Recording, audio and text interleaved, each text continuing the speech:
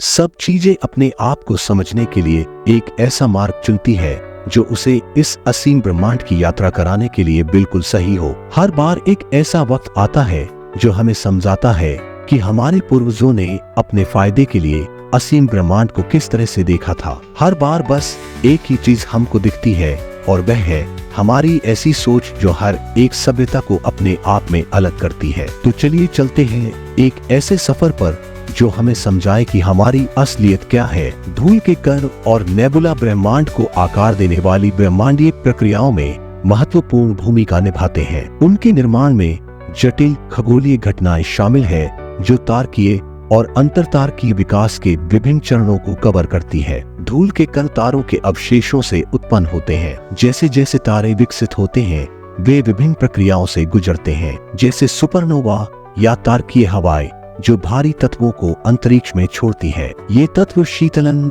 Gas में धूल के कणों में संघनित हो जाते हैं। अंतरतारकीय धूल के कण कार्बन, सिलिकॉन, ऑक्सीजन और लोहे जैसे तत्वों से बने होते हैं। ये तत्व सिलिकेट, ग्रेफाइट और पॉलीसाइक्लिक एरोमेटिक हाइड्रोकार्बन PAH जैसे यौगिक बनाते हैं, जिससे विभिन्न प्रकार की धूल के कण संरचनाएं बनती है। हाइड्रोजन और हीलियम से भारी तत्व परमाणु संलयन के माध्यम से तारों के कोर में उत्पन्न होते हैं। जब तारे अपना ईंधन समाप्त कर लेते हैं तो वे इन तत्वों को अंतरिक्ष में बाहर निकाल देते हैं, जिससे अंतरतारकीय माध्यम ISM में धूल की मात्रा बढ़ जाती है। सुपरनोवा विशाल तारों की विस्फोटक मृत्यु धूल के कणों का एक प्रमुख स्रोत है। सुपरनोवा के दौरान तीव्र गर्मी और दबाव भारी तत्वों को संश्लेषित करते हैं, जो तब तारे के विस्फोट के साथ अंतरिक्ष में बाहर निकल जाते हैं। विशाल तारों से आने वाली तारकीय हवाएं भी धूल के निर्माण में योगदान करती है। ये हवाएं तारे की बाहरी परतों को उड़ा देती है, धूल बनाने वाले तत्वों को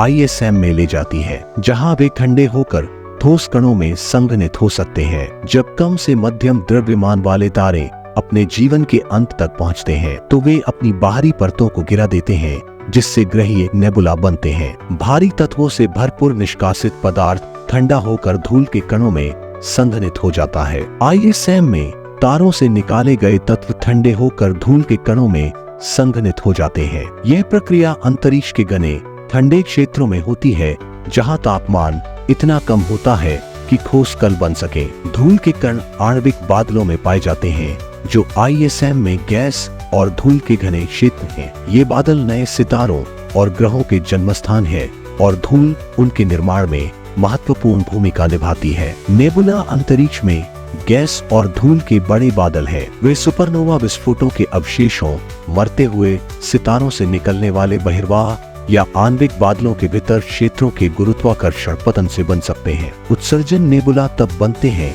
जब युवा गर्म सितारों से उच्च ऊर्जा पराबैंगनी प्रकाश आसपास की गैस को आयनित करता है, जिससे यह प्रकाश उत्सर्जित करता है। इन नेबुला में धूल की उपस्थिति प्रकाश को अवशोषित और बिखेर सकती है, जिससे आश्चर्यजनक दृश्य प्रभाव पैदा होते हैं। परावर्तन निहारिकाएं तब बनती है जब आसपास के तारों से आने वाला प्रकाश धूल के कणों द्वारा बिखर जाता है। उत्सर्जन निहारिकाओं के विपरीत वे अपना स्वयं का प्रकाश उत्सर्जित नहीं करते हैं, बल्कि वे परावर्तित तारों के प्रकाश से प्रकाशित होते हैं, जो बिखराव के कारण अक्सर नीले दिखाई देते हैं। डार्क निहारिकाएं गैस और धूल के घने बादल होते हैं जो अपने पीछे की वस्तु से आने वाले प्रकाश को अवरुद्ध करते हैं। इन निहारिकाओं में मौजूद धूल दृश्यमान प्रकाश को अवशोषित कर लेती है, जिससे वे तारों और अन्य निहारिकाओं की उज्जवल पृष्ठभूमि के विरुद्ध काले धब्बों के रूप में दिखाई देते हैं। बनते हुए तारों के आसपास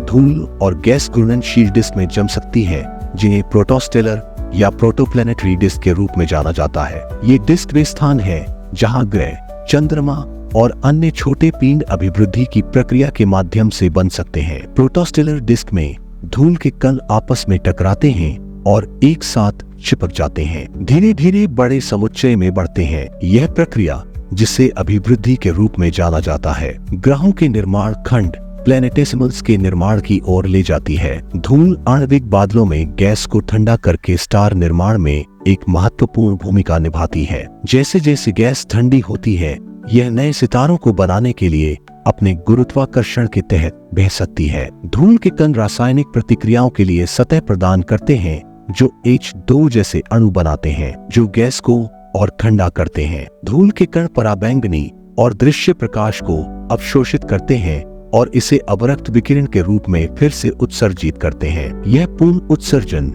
एक महत्वपूर्ण अवलोकन विशेषता है जिससे खगोलविदों को धूल से अस्पष्ट क्षेत्रों में धूल और स्टार गठन प्रक्रियाओं का अध्ययन करने की अनुमति मिलती है। ISM में धूल के कण विभिन्न प्रक्रियाओं जैसे स्पटरिंग के अधीन होते हैं जहां उच्च ऊर्जा कण उनकी सतहों को नष्ट कर देते हैं और जमावट जहां दाने एक साथ चिपक जाते हैं। ये प्रक्रियाएं समय के साथ धूल के कणों के आकार और संरचना को प्रभावित करती है। सुपरनोवा झटके और तारकीय हवाएं ISM को संपीड़ित और गर्म कर सकती है जिससे नए धूल के कणों का निर्माण शुरू हो सकता है। ये झटके मौजूदा कणों को भी नष्ट कर सकते हैं जिससे अंतरिक्ष में धूल के गतिशील जीवन चक्र में योगदान मिलता है। धूल के कण ISM के रासायनिक संवर्धन में योगदान देते हैं। वे जटिल अणुओं के निर्माण के लिए सतह प्रदान करते हैं जिसमें कार्बनिक यौगिक शामिल हैं जो जीवन के उद्भव के लिए महत्वपूर्ण हो सकते हैं। इंफ्रारेड दूरबीनें जैसे कि James Webb space telescope JWST और स्पिट्जर स्पेस टेलीस्कोप ब्रह्मांड में धूल का अवलोकन करने के लिए महत्वपूर्ण है। वे धूल के बादलों में प्रवेश कर सकते हैं और तारा निर्माण क्षेत्रों और निहारिकाओं की विस्तृत छवियां प्रदान कर सकते हैं। धूल और निहारिकाएं आकाशगंगाओं के आवश्यक घटक हैं। वे तारों के निर्माण और विनाश के चक्र में योगदान करते हैं जो ब्रह्मांडीय समय सीमाओं पर आकाशगंगाओं के विकास को प्रभावित करते हैं। अंडाकार आकाशगंगाओं में सर्पिल आकाशगंगाओं की तुलना में कम धूल होती है क्योंकि वे आमतौर पर पुरानी होती है और अपनी गैस और धूल का ज्यादातर हिस्सा इस्तेमाल कर चुकी होती है या बाहर निकाल चुकी होती है। विभिन्न प्रकार की आकाशगंगाओं में धूल की मात्रा का अध्ययन करने से खगोलविदों को उनके विकासवादी इतिहास को समझने में मदद मिलती है। ब्रह्मांडीय धूल के कण भी अंतर आकाशगंगा अंतरिक्ष में पाए जाते हैं जो विभिन्न प्रक्रियाओं के माध्यम से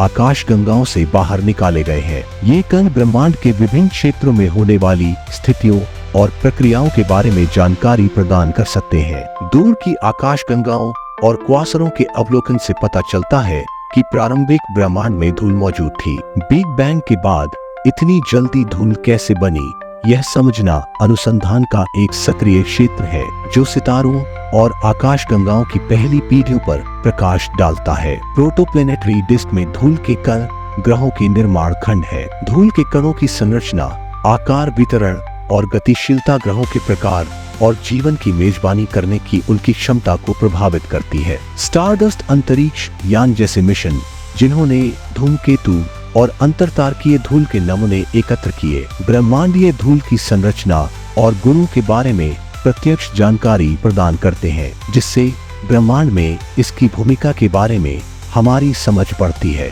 धूल हमारे सौर मंडल में भी प्रचलित है जो धूमकेतु, क्षुद्र ग्रहों और अंतर्ग्रहीय टकरावों से उत्पन्न होती है। सौर मंडल के इतिहास और विकास के बारे में जानने के लिए इस धूल का अध्ययन अंतरिक्ष मिशनों और जमीन पर आधारित दूरबीनों द्वारा किया जा सकता है। धूल प्रकाश को अवशोषित और बिखेर कर खगोलीय प्रेक्षणों को प्रभावित करती है। यह विलुप्ति दूर की वस्तुओं के बारे में हमारी दृष्टि को अस्पष्ट कर सकती है जिससे खगोलविदों को डेटा की व्याख्या करते समय और मॉडल विकसित करते समय धूल को ध्यान में रखना होगा। भविष्य का शोध धूल और नेबुला की उत्पत्ति, विकास और प्रभाव का पता लगाना जारी रखेगा। उन्नत दूरबीन, अंतरिक्ष मिशन और ब्रह्मांडीय धूल एनालॉग के प्रयोगशाला अध्ययन ब्रह्मांड के इन मूलभूत घटकों में गहरी अंतर्दृष्टि प्रदान करेंगे। धूल के कण और नेबुला पदार्थ और ऊर्जा के ब्रह्मांडीय चक्र का अभिन्न अंग है। वे सितारों और ग्रहों के निर्माण में योगदान करते हैं, आकाशगंगा की गतिशीलता को प्रभावित करते हैं और ब्रह्मांड में जीवन की संभावना में महत्वपूर्ण भूमिका निभाते हैं जिससे वे ब्रह्मांड की हमारी समझ के लिए आवश्यक हो जाते हैं।